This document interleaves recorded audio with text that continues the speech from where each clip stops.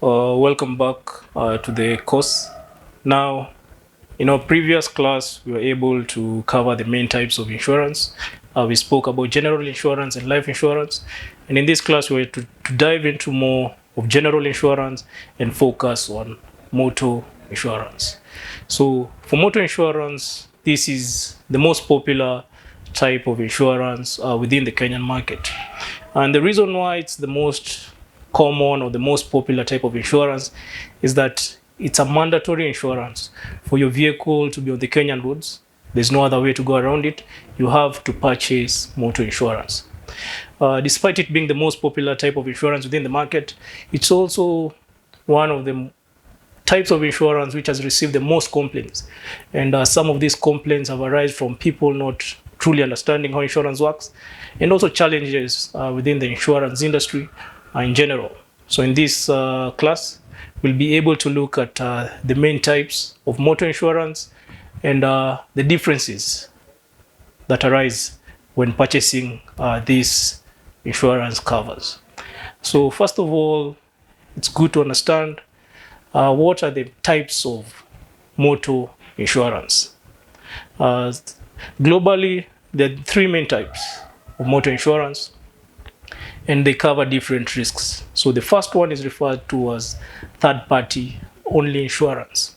So for third-party only insurance, this compensates only losses arising from damages caused by your vehicle to another person. And that the other person, who is neither you nor the insurance company, is the one referred to as the third party. So the way this works is, in the event you have your vehicle on the road, you can cause an accident where you are to blame. In the event that you are to blame, your vehicle has caused loss of life maybe, or injured a person, or damaged someone's property. This person will seek you or follow up with you for compensation. With the third party only insurance, this compensation will be covered by the insurance company, but up to specified limits. So for you to be able to get these limits, you have to get a policy document, which is the contract between you and the insurance company, specifying these amounts. So with that, you need to clearly understand that this is the minimum type of insurance which you can purchase for your vehicle. And it's also the minimum type of insurance for your vehicle to be on the Kenyan roads. And it's obviously now the cheapest type of motor insurance which you can get for your vehicle. Next type of insurance is referred to as third-party fire and theft. So for third-party fire and theft, now here you've gained the benefit of the third-party insurance, which we've previously discussed. So it covers the third party. But now in addition to that, it also compensates you for losses incurred due to theft of your vehicle or fire damage to your vehicle. And it's also good to note that in the event that the fire has arisen from a malfunction within your car due to a mechanical error or wiring error, that will be excluded. So this is supposed to be fire arising from accidental causes. So in the event that maybe your vehicle was involved in an accident and was set on fire, or rather it was a malicious damage. Your vehicle was burnt by someone due to their own reasons. So this type of insurance will be able to cover you for that. And in the event of theft, the insurance company will compensate you an estimated value of your car. So the way it works is, after a vehicle has been stolen, you obviously have to report to the police authorities and also report to the insurance company. And once the investigation is done and they try to retrieve the vehicle, in the event that they fail to retrieve it, they'll compensate you for this loss. And another thing to note here, there is something referred to as an excess. So they won't give you the whole amount. Let's say your vehicle was valued at 1 million. And in the event that it's stolen, they look at certain security measures which were put in by you, and you have to prove this before even purchasing an insurance company. So let's say you had a vehicle tracking device which was functional at the time of theft. So in that scenario, they might reduce a lower amount of the value of your car. So let's say instead of giving you the 1 million, now they can compensate you 950,000. In the event that you didn't have any loss preventive measures installed within your vehicle, Now, instead of reducing the small amount, they might reduce a large amount. So this excess can be anywhere up to 20% of the value of a car. So instead of giving you 1 million, now they'll give you 800,000. So for you to also be able to get a clear understanding of this, you need to insist on getting the policy document beforehand and getting knowledge of the specified limits and the security measures which you're supposed to implement on your end to reduce these costs, referred to as excess, in the event of a loss. Then finally, we have comprehensive insurance. So comprehensive insurance, so this is a topmost type of insurance which you can purchase for your vehicle.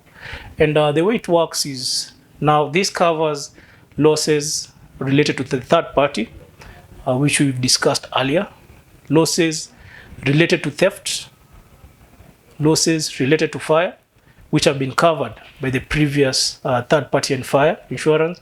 And now, in addition to this, this also compensates you for losses arising from an accident. So these losses refer to damage incurred by your car in the event of an accident. So this is the only type of insurance which will compensate you in the event that your vehicle is involved in an accident. So the way it works is, let's say you're driving your vehicle on the road, you've collided with another vehicle or with a stagnant post. First of all, you need to report this matter to the insurance company immediately, and also need to report to the police. So the police will come on site, take the particulars, and they might insist maybe the vehicle to be towed to the police station. In the event someone was injured, they have to do an inspection and ensure the vehicle was roadworthy. After you get this, you need to fill in a claim form to the insurance company. And it's also good to note that also for the third party only insurance and the third party fire and theft, for you to be compensated, you still have to fill in the claim form and submit the documents related to the driver, that's the ID and the KRA pin, or in some events, not even the KRA pin, but the driver license of the vehicle driver, to verify that the vehicle driver was a licensed driver. Now, let's get back to comprehensive. So once you filled in the claim form, you have your police abstract, you have the driver ID, you have also the driver license. Submit these documents to the insurance company for them to be able to process your claim. In the case that they accept to compensate you, they'll refer you to one of their garages, which is a garage not owned by the insurance company, but a service provider for the insurance company. So this garage would be able to partake the repair of your vehicle and give you back the vehicle at almost the restored condition before it had the accident.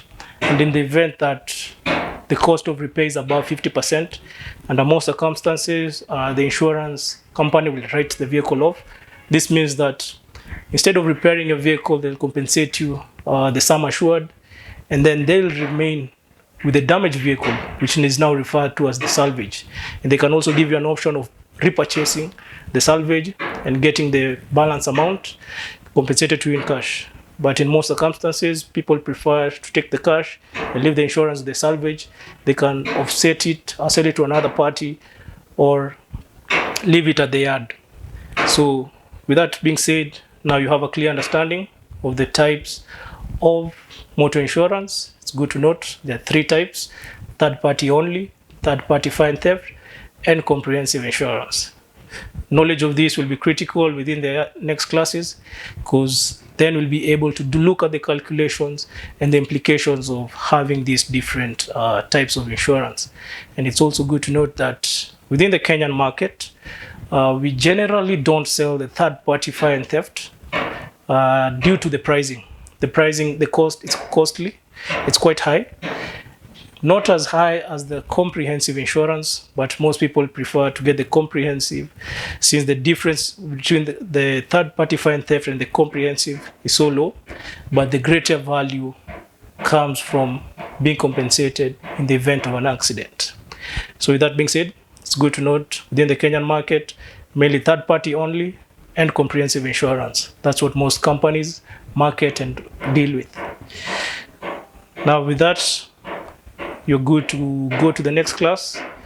See you there. where you'll be able now to look at the different types of vehicle insurance which can be purchased.